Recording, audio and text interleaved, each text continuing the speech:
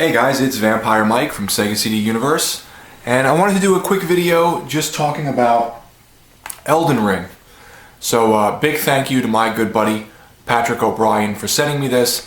Out of the kindness of his heart, he sent me this and Lost Judgment, the Yakuza game. I haven't started Lost Judgment. I have a limitation on my time to play games, really. And Elden Ring, I'm able to kind of pop in, play with some friends for a little while, maybe an hour, and stop. It's definitely more accessible than the Dark Souls games, so I'm able to kind of stop where I want and stuff. So I just wanted to talk about the game a bit. I'm really enjoying it. It's awesome, and I promised Patrick I would weigh in on it once I played. I think I'm level 70-ish, so I'm not very far, but I'm okay. And I seem to get distracted and sidetracked because it's open world. So if you've played any Dark Souls titles, or Bloodborne perhaps, it's very similar to Dark Souls. There are some little tidbits of Bloodborne in it, little bits of Sekiro. I liked Sekiro, but I didn't love it, not nearly as much as Bloodborne or Dark Souls. I found it to be difficult, and since it was single player and I lacked time, I found it really hard to kind of get into it and do all the parrying.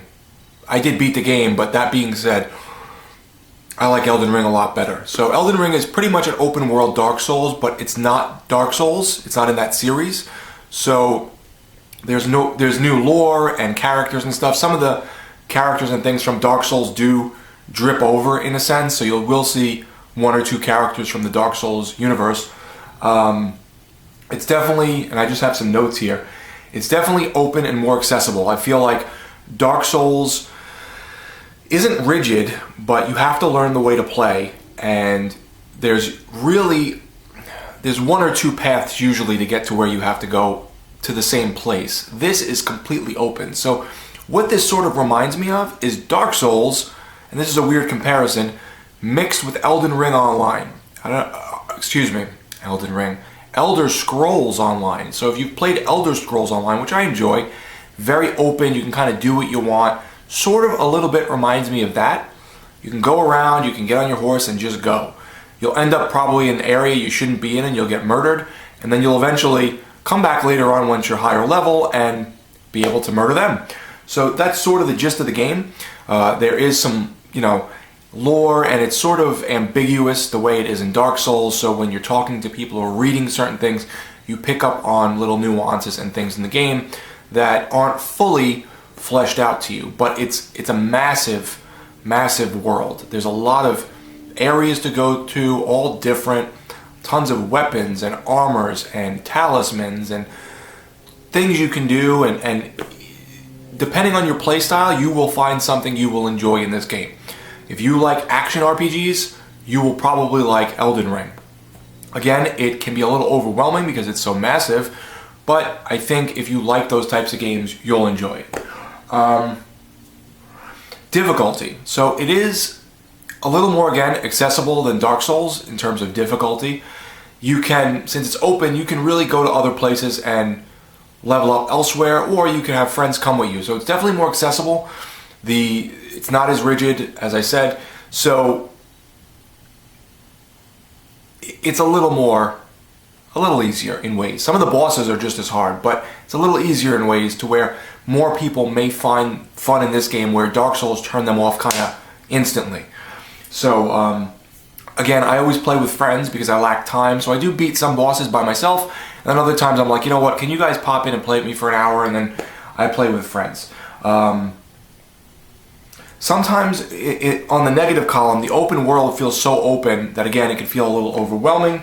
There's really cool builds people are doing, weapons classes, certain kind of weapons and armor and looks, and there's mages and strength builds and dex builds, and you can really customize your character both look-wise and the way he plays. So if you don't like the way you turn out, you can respec your character. There's a lot of quality of life improvements in this game versus the Dark Souls series, which again was very one way in a sense.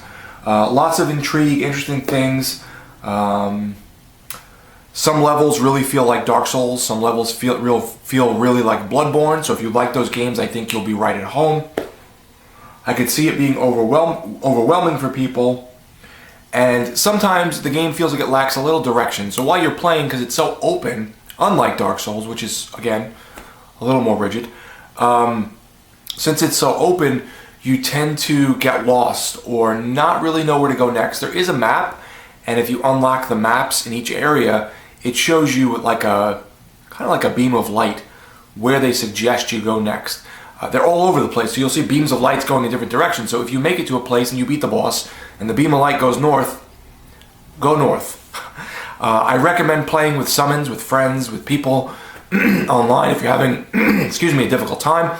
If you're playing offline, you can summon NPC, like you'll get these spells. You could summon jellyfish or skeleton warriors or archers or whatever, wolves. So you can do that, and you can upgrade them so they get stronger, and they will help mitigate some of the damage and some of the attention of bosses or areas that you're in that you're having trouble with. So that's always helpful. So I think this is definitely an easier Dark Souls in that regard. You will play offline, you'll have a way to somehow beat the boss. There's lots of areas where you can farm souls or cheese certain bosses or do certain things. Not lots, excuse me, but there are some. And I think that can be helpful for people who don't, like me, don't have really the full amount of time to invest in this game. I have friends who have 100 hours into the game or 80 hours.